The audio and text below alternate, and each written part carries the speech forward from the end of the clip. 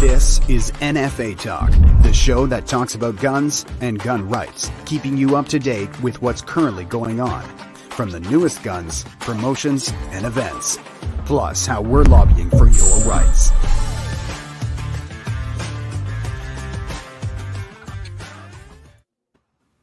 All right, the Season 2 wrap-up show of NFA Talk. Joining me tonight, we have our interim president, Blair Hagen, our interim vice president, Rick Igercich, and our man in Ottawa, Charles Zach. How you doing, guys? How's it going? I hope you all had a great holiday. We're moving into the new year shortly, and unfortunately, we're pre-recording this because it's the busy season. We were going to plan everything live, and things just didn't work out with the timing. So this is going to be one of our few shows that it is pre-recorded, but we're still gonna go through everything that happened in season 2. So, where do you guys want to start? I mean, I guess we should start probably from the beginning, right? Season 2, we went into it very rough. We still had the Liberal government in power. They're still in power now, but we were at that point, we were fighting C21, and we really talked about it with episode 4 there, and all the implications that was going to come in with C21. I don't know if anybody wants to talk about that. Yeah, there's a lot of confusion about C21. A lot of people still think the bill is before Parliament. The bill did die when the federal election was called. Liberals will probably bring it back in some shape or form. I mean, this is one of their issues that they really want to communicate to their supporters, the very, very few diehard supporters of civil disarmament in Canada. But it is one of their things. They may try to bring it back in some form, but again, the issue is a little more complicated than just passing legislation, because the bill does encroach on provincial authority over property and will be challenged by several provinces in Canada if it ever sees the light of day. Right. So Blair, they kind of promised that they were bringing back C21, but what it looks like is they're going to bring it back plus. We're also looking at a possible handgun ban, and there's rumors that the anti-gun groups have been posting up other firearms that they would like to see added to the list. I mean, as well, because you work at a firearms store, like the FRT is consistently changing bi-weekly, right? There's a few more guns that just got added to the list. Yeah, and that's very dangerous, and it's very irresponsible as well, because the greatest number of these firearms were in the non-restricted class, no registrations associated with them. The government has not or should not have any idea where they are or who owns them. The number of Canadians that this affects, and we've seen this previously with other actions of this government, which are just as irresponsible as this, the issue with the Ruger 1022 magazines. Simple changes in legislation that they think are simple have wide ramifications on Canadians who have demonstrated that they are law-abiding, want to be law-abiding, and this government doesn't care. This government doesn't care how law-abiding you are, as long as you fall in line with their edicts. And that's very dangerous, because I think all of you will agree we're seeing a lot of sentiment out there going, do I want to continue to be law-abiding? Can I continue to be law-abiding? When people start questioning the law and questioning the intentions of the government of Canada, that's very dangerous. C21 did die on the order table, before the election, of course, but our new public safety minister, Marco Mendocino, has basically reiterated that will be resurrected, like you said, Blair, in some shape or form. But I think it'll be more than what they were talking about in C21. One of the major things in C21 was that it was going to be there may be some kind of a buyback, maybe not, right? Well, they've come out and actually said that it will be a mandatory buyback.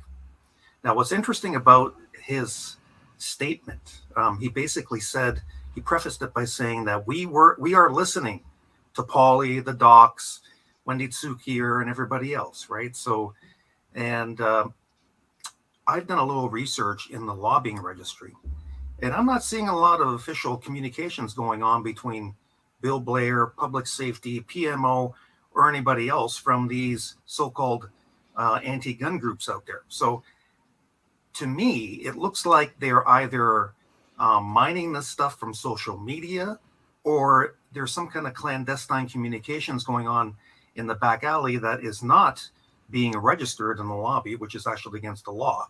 So, and that happens all the time. I get that. Of course, we don't do that. I promised that we would always do this above board, and we have, and our record shows that. Last year, we had 20 lobby communications, and that's all there in on the lobby registry under lobbycanada.gc.ca, so you can check that out. But just peruse through there and see what's going on. What's really interesting in this, and you'll find this very amusing, is that like Wendy Tsukier used to be of the Coalition for Gun Control, used to be very heavy into the lobbying of the government, and she was actually paid to do this, which is ludicrous in itself. But she is still a lobbyist for the Ryerson University, and they've had a lot of interaction with the government under the premise of research and analysis. Nothing with public safety, nothing with Bill Blair, and nothing with Marco either. So once again, we're seeing liberals are saying we're listening to the anti-gun lobby. Well, are these secret talks? And here's the real rub. We've been trying to talk with the PMO, Bill Blair, Marco Mendicini for a long time now, and he's not talking, right? The PMO last year had 4,291 official communications, and public safety had 1,113. So they're talking to people, but they're not talking to us. Why would this surprise you? This has nothing to do with public safety. This is entirely political. It has nothing to do with public safety. I'm not surprised. But the fact of the matter is the government will use pressure groups like Wendy Sukier's to sort of buttress their arguments when it's needed. Right now, it's not needed. The government has its own agenda. It's always been this way, even in back in gun registry days. I don't think, there's a tendency here to be exasperated, and I know we're all exasperated by the political treatment of this issue, but we got to get over it and just have to come to the conclusion they don't care. They're not going to listen to us. They're not going to listen to anybody in the farms community. They're not going to listen to rights and freedoms voters. They're going to follow whatever agenda that they feel they need to follow. They've basically written off most of the country, and they're comfortable with that. Right. So we were talking, Charles, you were talking about the mandatory buyback. Now, Rick, you're also a gunsmith. So are you going to be prepared to do these deactivations if that's the case? Because I hear the government's going to give you an option. You either hand it in, they give you a very small amount of money for your purchase or for your firearm, or you can have it deactivated at their cost. So being a gunsmith, and Rick, I know you work with other gun shops. Are you going to be participating in this deactivation? I will not be participating in the deactivation. They sent out a letter about 6 months ago to register yourself as, I don't have a copy of it right here, but they sent a letter out to register yourself as applied to be a gun deactivator. The gun shop where I work will not have any part of deactivating guns and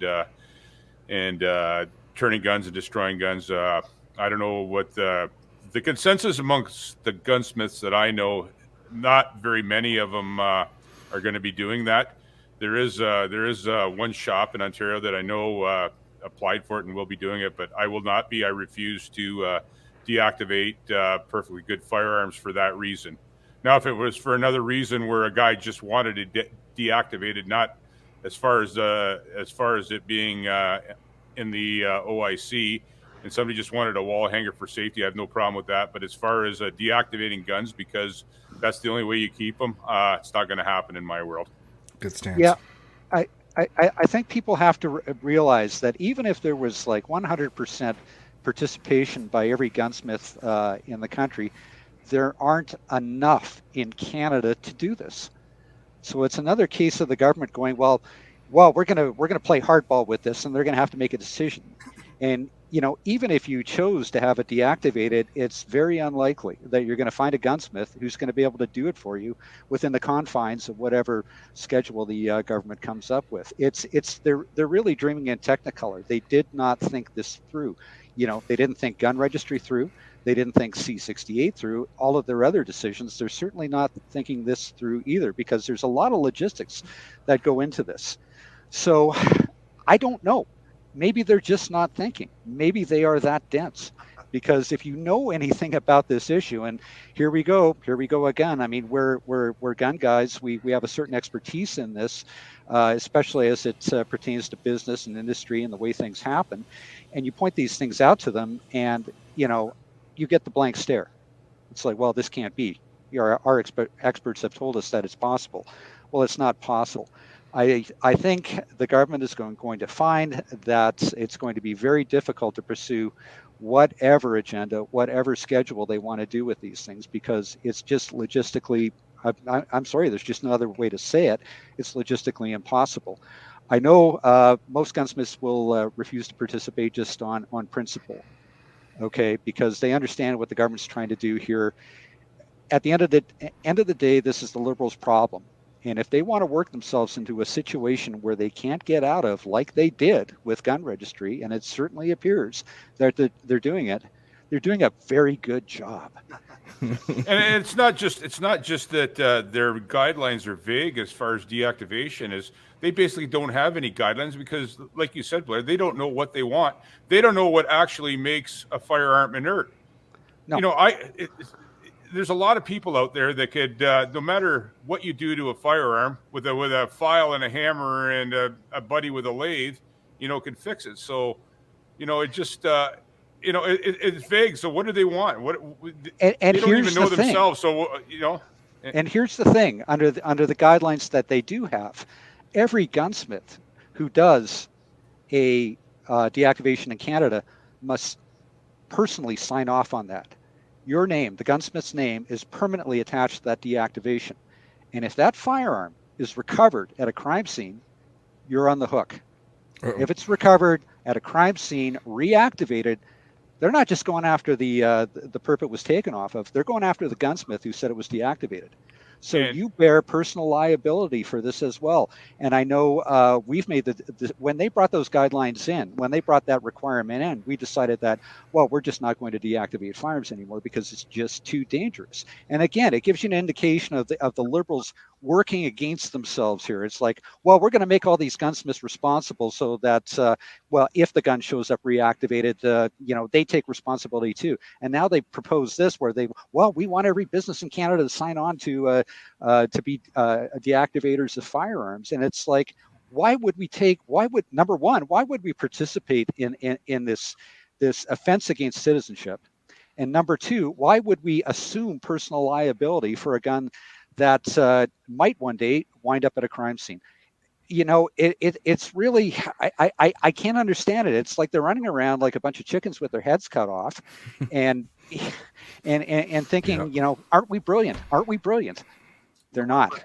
This is totally in line with the modus operandi of Justin Trudeau, right? So he will speak, these words into the universe, and he thinks that they're gonna happen. And then when they don't happen, he takes credit for them for actually happening. He lives in some kind of a surreal world of his own. Okay, like the record is plain. He says things, he wants to change things, they don't change. He takes he takes credit for the change that didn't happen, and he goes on, right? But just to get back to your point about about him thinking, or the Liberals thinking, who's thinking are the people that are affected. So they just came up with a little blurb the other day about how many people have actually surrendered guns during the so-called grace period. And that would be a big zero. Yeah. Nobody has given in anything. That should be a big signal for the Liberals to understand that it crossed the line. Like you said, Blair, what we're forced into a situation, right? Do we kowtow to a bad law that targets the innocent with unjust laws? Or do you just resist this and hope for the best down the road, and hopefully somebody will come to their senses? The sad thing is, I don't think they care. They don't. Okay, they certainly didn't care back during gun registry. Well, if a few farmers don't register their guns and they're seized by police, we'll just charge them. Law's the law. And look at the civil disobedience associated with that law. They really don't. If you own a gun in Canada, you are not their people. Okay, and they will come for your rights and freedoms. They don't care about the ramifications. That was certainly demonstrated all through the life of this government with the little changes that they made here and there that threw hundreds of thousands of Canadians into legal turmoil, a legal predicament where they could be charged. And it's like, well, that's your problem. I mean, the onus is on you to know what the law is and comply with it, not on us to explain it to you or to enact reasonable laws. And, it really baffles me that people can't see through a lot of this stuff. And again, I mean, if you're not familiar with this issue, if you're not familiar with firearms in Canada, the way that they're owned, possessed, bought, sold, used, it really goes over your head. But the fact of the matter is, the number of Canadians being that have been attacked by this government is phenomenal, and I can tell you right now, it's going to catch up with them. Absolutely. So, and to add on to that, I mean, like the way the laws work too, May 1st, 2020, like you could have had a non-restricted firearm that was affected by the ban. You could be out in the bush hunting, and at, what time was it? It was around 11 o'clock in the morning. Mr. Trudeau came on the TV and said, as effective immediately, all these guns are banned. You're out in the bush. You don't have you don't have a radio. You don't have a cell phone. You're out there having a good time. You're shooting on Crown land, and you walk out to your truck and there's Mr. Police Officer, and you're now breaking the law, right? No different than the Ruger 1022 mags. You could have been on the range that day when they banned them, and you pulled onto the range as a law-abiding citizen, and you leave the range as a criminal because you got a 25 round mag in your possession. And it's been a few years since they did that, and people are still on ranges with those magazines. They don't know. But here's the thing, Blair, and you touched on it exactly. Okay. We don't have the resources to enforce it, right? You can make up all these bad laws all over the place and create an atmosphere of fear, but people are not being charged. I mean, we have probably 5 million people out there with guns, right? And we have 2.1 million, they're actually, recorded, but we're not seeing, a concerted effort by the government to go after these people. They're just letting them, they've disappeared into the ether. They don't want to deal with this because they know that if they go down that road, it's going to go bad for them, very bad. But it would. But what is taking place is selective enforcement, and I think that's all that is envisioned here. They do not see a lot of compliance with these laws, and frankly, they don't care about that. If you want to comply, great. You further our agenda. But if you don't want to comply, good. Make yourself a criminal. That furthers our agenda too. So they see it as a win-win. People worry about, geez, they're going to come to my door and take my guns away. No. It doesn't happen that way. It's selective enforcement. Yeah. So suddenly, one day, your number is up, and they choose you. And in the case of registered firearms, they know you have them. They know who has the AR-15s, but they're holding your useless piece of paper called a PAL over your head because they're not gonna reissue it if you don't turn those guns in that you're in possession of, and they know that you're in possession of. And it goes right back to the issue of the license. Everybody thought, hey, it's benign. Why not? Just get a license, no problem. No, this is the problem. Once they mandate a license for the simple ownership or possession of property, look what happens. And fundamentally, we're talking about prohibition. And we've gone through this in various forms in history, and it always fails, right? Prohibition naturally in an economy creates a free market. And I'm talking about the black market now, but that's not regulated. Is this what Canada wants? And the Liberals will wear this. They're going to ban this, and people are still going to want to shoot their guns, and they're going to want ammunition, and they will get them. And there's people out there that will supply them, right? So, we're back to, the 1920s with the booze, right? We're back, in time with the drugs and everything else. It didn't work, right? People got their stuff. again, they don't care. We're talking about compliance here, and does the government not realize that there's going to be massive non-compliance with these things, as there were with the gun registry? Okay, no, they don't care.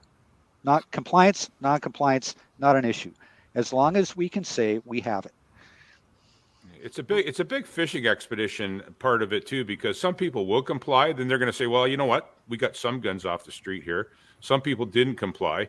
It's a vicious circle. You know, if you don't comply, you become a criminal. So basically you're a criminal overnight.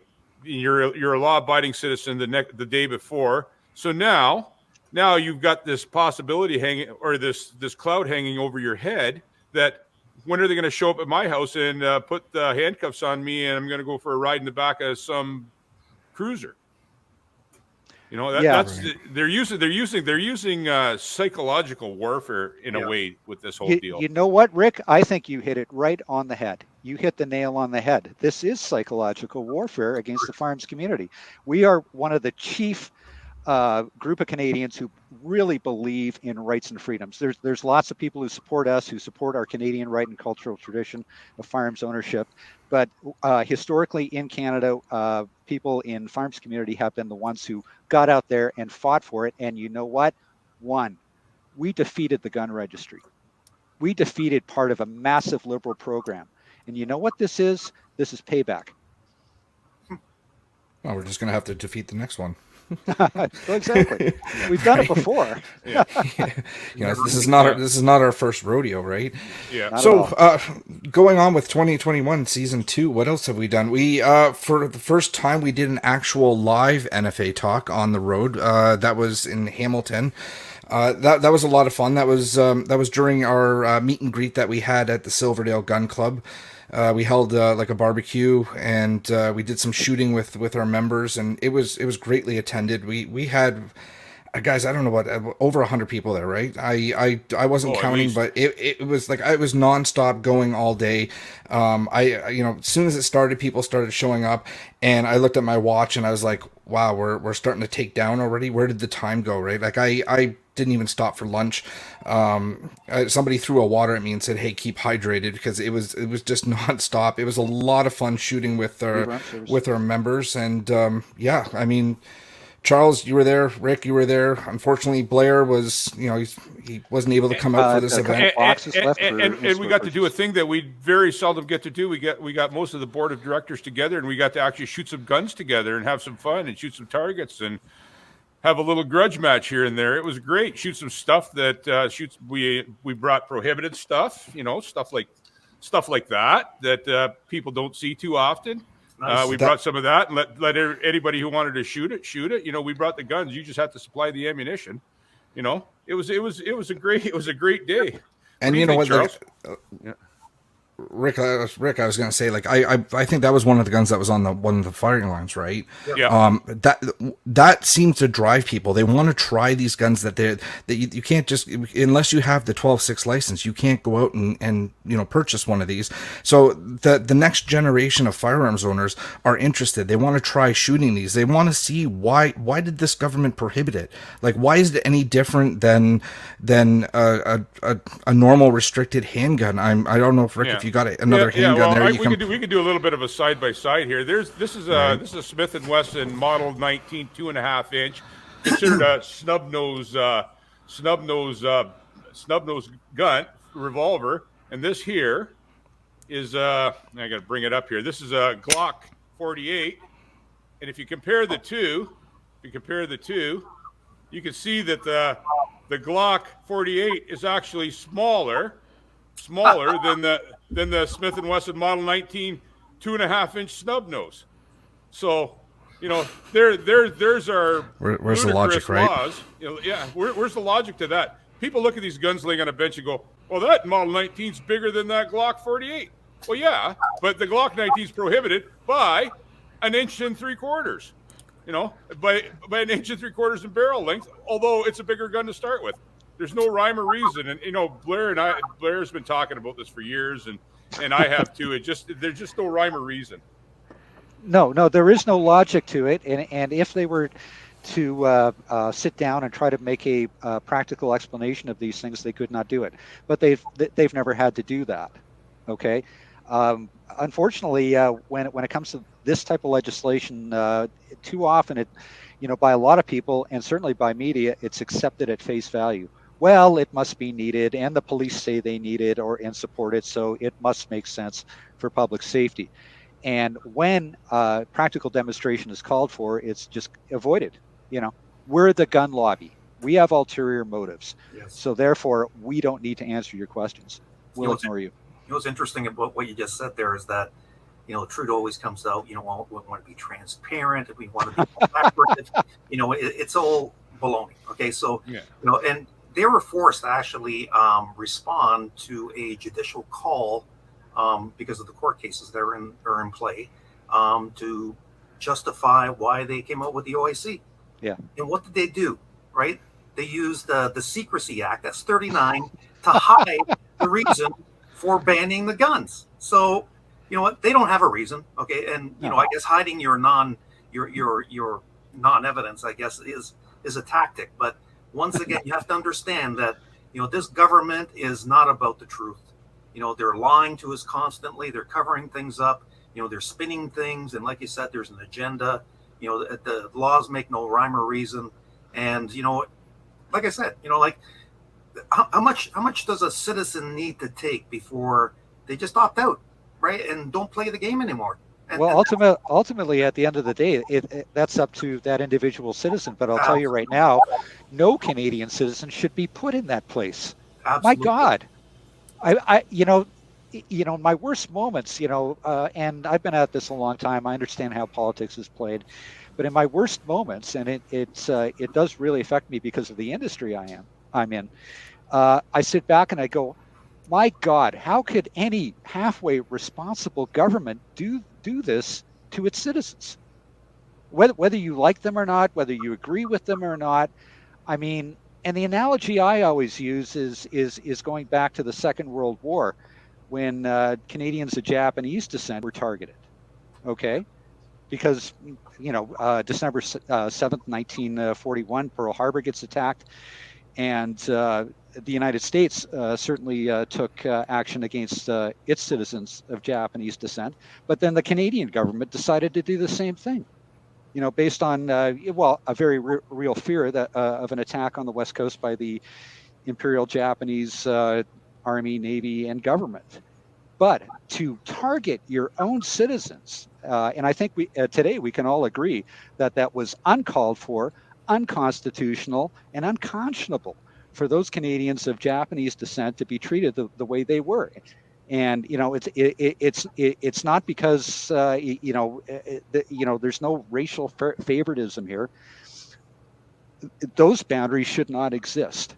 If you're a Canadian citizen, you have certain rights in this country, and no government has the right to step on them in that way. And I think we're facing a very similar situation today. Then, well, it's public safety. Well, we don't know which one of these people are spies or saboteurs. So we'll just take them all and we'll put them in camps. We'll treat them fairly, and they'll have 3 squares, 3 hots and a cot a day, and they'll just have to stay there until the war's over. And well, of course, we'll take their property for safekeeping, and it will become property of the government of Canada, but it's necessary for the war effort. No, I think we all agree today that no, it was not necessary for the war effort. It was wrong. Canada has taken responsibility for that. But again, today, Liberals are doing the same thing, or attempting to do the same thing. Well, you know what? We're spread out across Canada, and our people, our board of directors are talking to firearms people all the time, day in and day out, and people are fed up. I've never seen so many fed up people with the laws. And it's just not the firearms owners, it's their families. Because, Grandpa had this semi-automatic 22 that he's had since the 40s, and now it's questionable whether or not it's going to be legal down the road. And people are looking at it and saying, well, Jesus, you know what? That's Grandpa's personal property. How can they take that away from him? Or, even my dad's passed away for a long time, but my dad had an AR-15. If he was alive today, and I'd be upset if somebody wanted to take his AR-15 A1 that he bought in the early 70s away from him. people, it's just not firearms people that are getting mad about this. There's a lot of people getting mad, and the word is spreading. And it just, every day, people are getting pushed more and more and back more into a corner. And from what I've been hearing, people aren't going to stand for it. Blair, I was going to say too about, this change in governments, and we're not, or governance. Okay, we're not seeing the principled ruling, by the Constitution, trying to protect people's rights, and that making that sort of front and forefront of a free country. So we've slid now into something else. It's they're calling it governance by will. So if I have the will to do something, I will do it until I'm legally challenged, and that's kind of where we are. Now, the Liberals are doing this and justifying it by polling. So what they're saying is that if the majority of the mob out there, want what I am willing and are agreeing with my will, then the rights of those people that are being trampled on doesn't matter, because in a democracy, the majority rules. Well, no. You know what? In a democracy, the government is supposed to be protecting the minority rights, and they're not doing that. So you know what? They've lost their moral authority. I've said this before, and once again, they're just giving people more reason to opt out, right? So, and like you said, this is a personal thing that everybody's going to have to do, but you have to do this on principle. Are you going to become a slave and kowtow to the master, or will you stand up and resist and protect your freedom? This is the question you're going to have to ask next year. Get ready. Well, we do have an alternative, and this is still a democracy, and we do have an elections. Okay. We'll probably have another election, within a year, and we'll have another opportunity to defeat this government. We almost got it done last time, except for a few missteps. And I know we can do it next time too, because I think certainly for National Firearms Association, we want to keep this a free and legal right in Canada. We want to keep this a legally maintained right and a cultural tradition for Canadians. We don't want to be outlaws. No, okay. And I think there's a little bit of time there too. We touched on this on our last talk, that the government they don't have anything in place right now to go out and start gun seizures and tracking people down and stuff. There's no infrastructure there. There's nothing there yet. So I'm curious to see myself what they come up with before the deadline, whether there's going to be an extension, I don't know. I very much doubt they're going to talk about grandfathering again. I think that's dead in the water. But I'm curious to see, because right now I don't believe they're even close to, definitely not close to a buyout, but even trying to go out and start these supposed seizures and stuff. They're nowhere near that as far as planning goes. No. I really don't think they thought about the logistics of this. Okay. I really think they thought, in their panic as a government to try and demonstrate that they were protecting, the safety of Canadians on this issue and others, this government has a real problem with that. I think they thought, well, and as usual with firearms laws in Canada, we'll just make an announcement. We'll figure out how to do it later. Yep. We don't have to. We don't have to explain it. We don't have to have a plan. We'll figure out how to do it later. And it was the same thing with long gun registration. Okay. They also hired a company, like they hired IBM to build this buyback program, and from what we've seen is IBM is looking at Australia, New Zealand, and they're trying to bring that into Canada. But I mean, different culture over here. We're farther spread apart.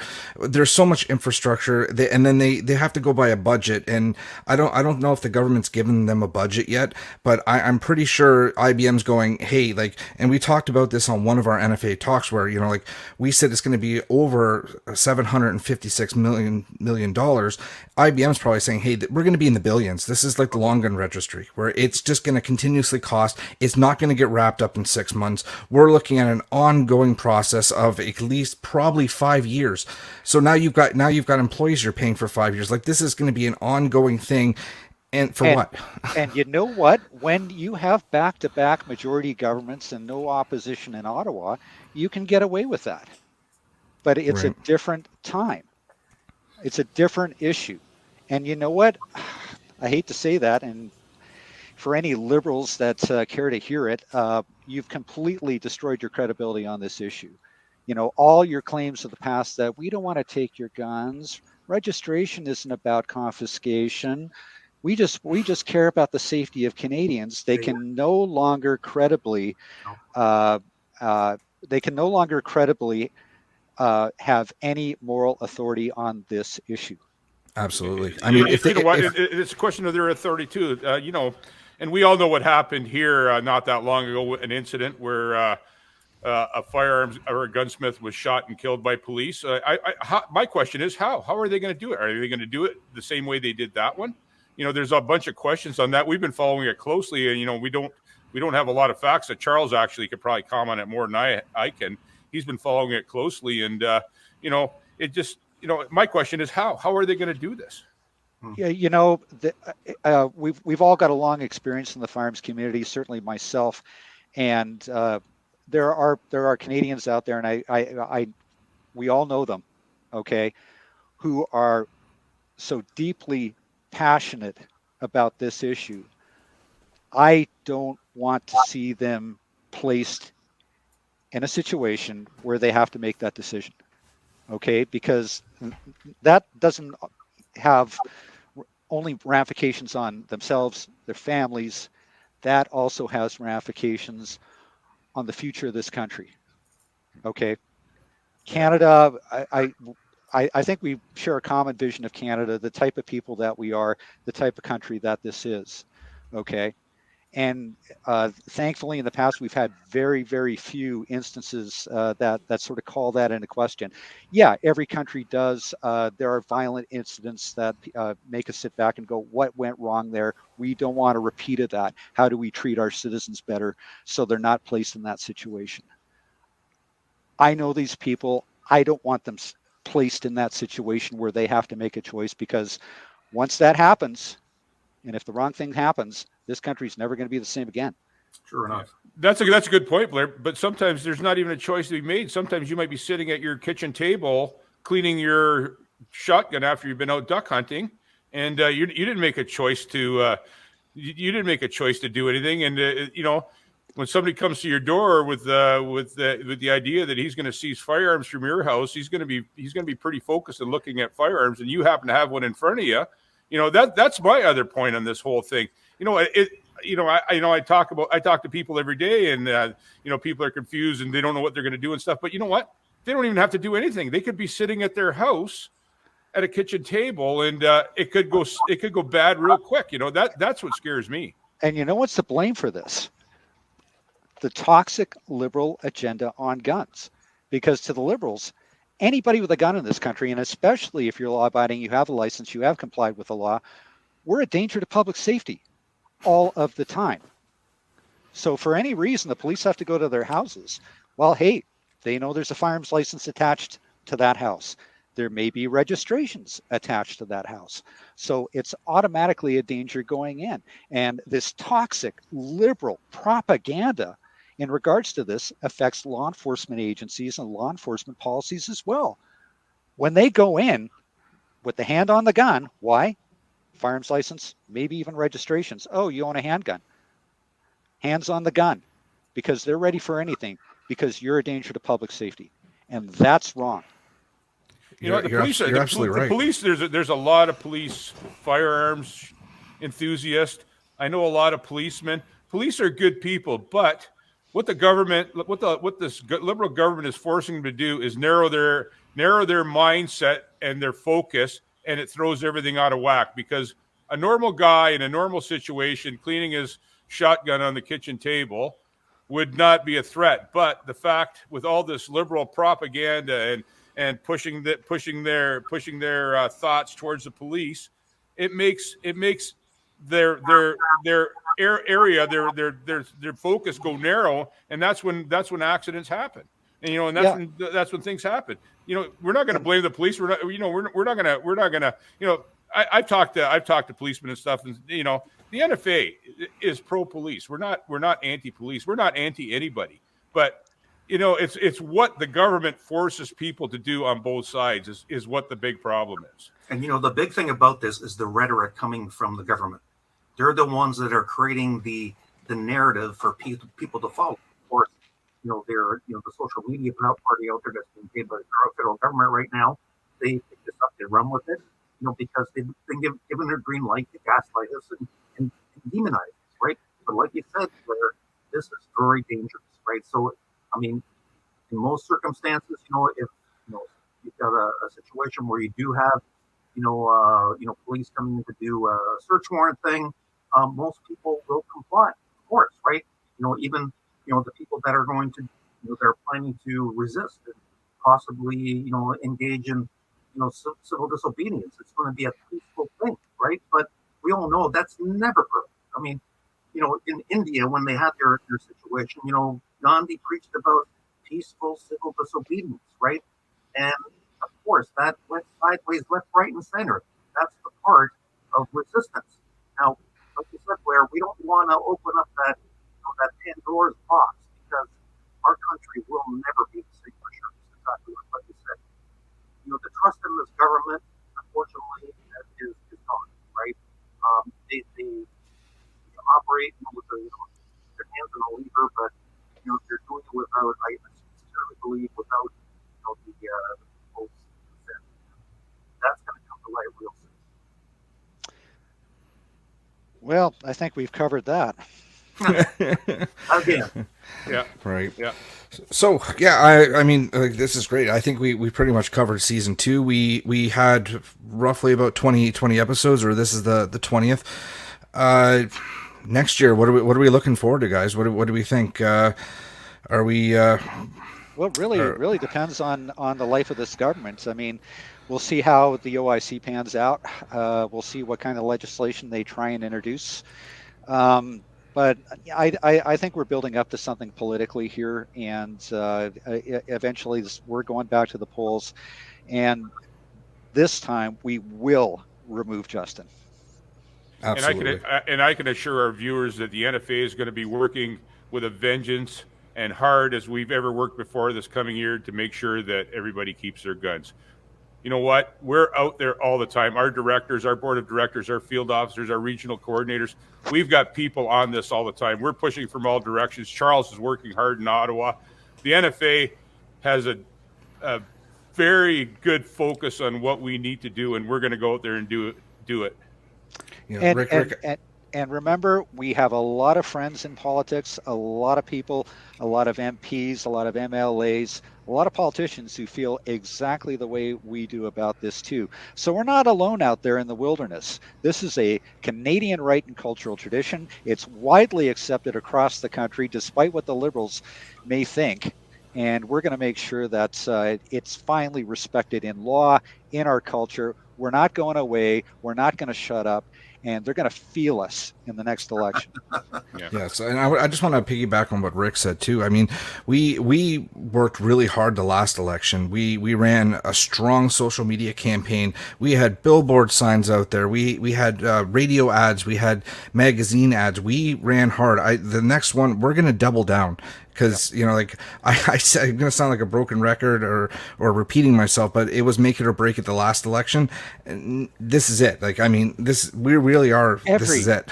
Every election is make or break. I've seen a lot of these elections. Right. I remember a time when, there really wasn't any political hope. I mean, if you think back to the 1990s, there really weren't a lot of political solutions, but everything changes. Everything changes in this country. The politics change, the governments change, governments come, governments go. So while we're dealing with this, while we're getting ready to go into the next federal election, which is not too far off, let's look at the type of government that we want to elect and the firearms law reforms that we want to see happen. Okay? Because it is possible. It's happened. Nobody ever thought the gun registry would ever go. It went. Nobody ever thought there would be any other reforms under the firearms laws. There were. It's not a one-way street anymore. No, and you know what? The fuel for this. I mean, we are dedicated and passionate about this mission, and we're not giving up. Like Jordan said, we're going to be doubling down. Is money. So we're getting into a new year. I call on everybody to donate generously to the NFA, join up, become a field officer, and get involved at the grassroots so that we can fund the fight for you. So that's what we're kind of looking for. And that's right. And another thing that's really encouraging for me is I'm seeing yet another generation, a new generation, that is getting involved politically in this issue. That generation that came after Bill C-68, after the gun registry was gone, got into guns and is seeing their rights and freedoms under attack now. They're mad as hell, and they're getting involved. So, hey, I mean, this fight is never going to be over, but there's always going to be Canadians out there who will stand up and fight for it. Oh, Charles, you brought a gun with you. Show and tell. So, Charles, for everybody that's tuning in through one of our podcasts, why don't you tell us what that gun is? It's a little Beretta 22. This was actually Israeli air service surplus. The Israeli airlines had they had these officers on each one of the planes, and this is what they carried. Look at examples where some terrorists were dispatched with this gun. It's a small caliber, and I can tell you that it's very accurate. And if you have a fast load on this thing, it can it's very good for target shooting and whatever you want to use it for. So yeah, it's one of my little toys. My daughters love this. I can't see the sights on this anymore because of my eyes, but anyway, things change. Anyway, that's my little toy. Yeah. See, I brought one. I brought one as well. I brought the Freedom Ordnance FX9, and it's the short barrel version. So unfortunately, the government knows that I do have this. And you know what? I bought this one when we did our meet and greet at Silverdale. They have land shooting supplies. I walked in the store, and at that time I was kind of peeved off with the government. I said, you know what, I'm not going to buy any more guns until I find out where we settle with this. But then they keep saying something stupid like they're going to ban another gun, and of course this is how I retaliate by buying one myself, right? So for anyone, if you've never shot an FX9, They are solid. They're great shooters.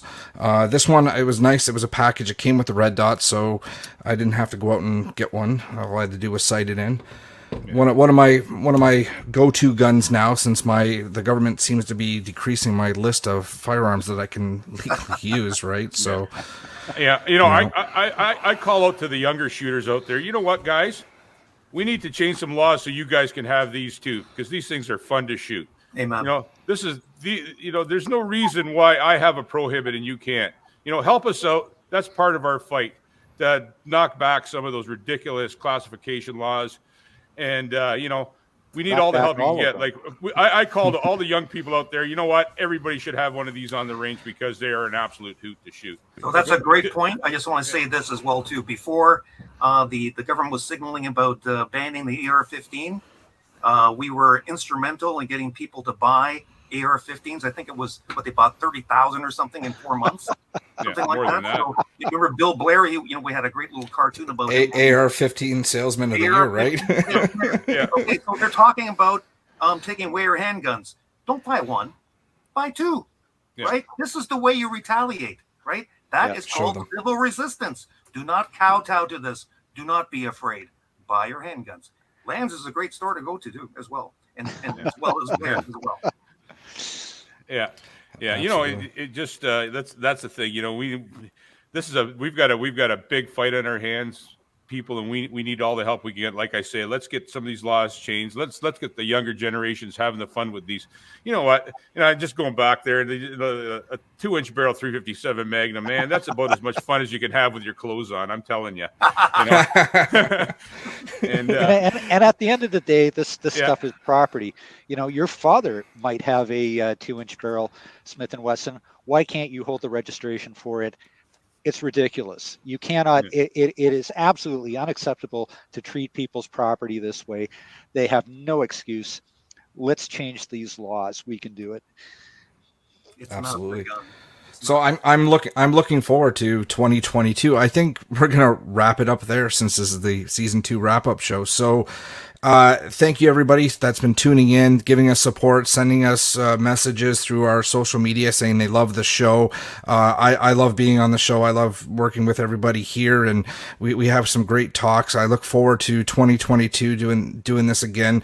We're gonna have some live events as well. We've got a few things planned for 2022, and it's going to be a lot of fun. And hopefully we can maybe make some leadway with this government as well while we're at it. So thank you, everyone, for tuning in, and we'll see you in season 3. Happy New Year, everybody. Happy New Year. Happy New Year. Thanks for listening to this episode of NFA Talk.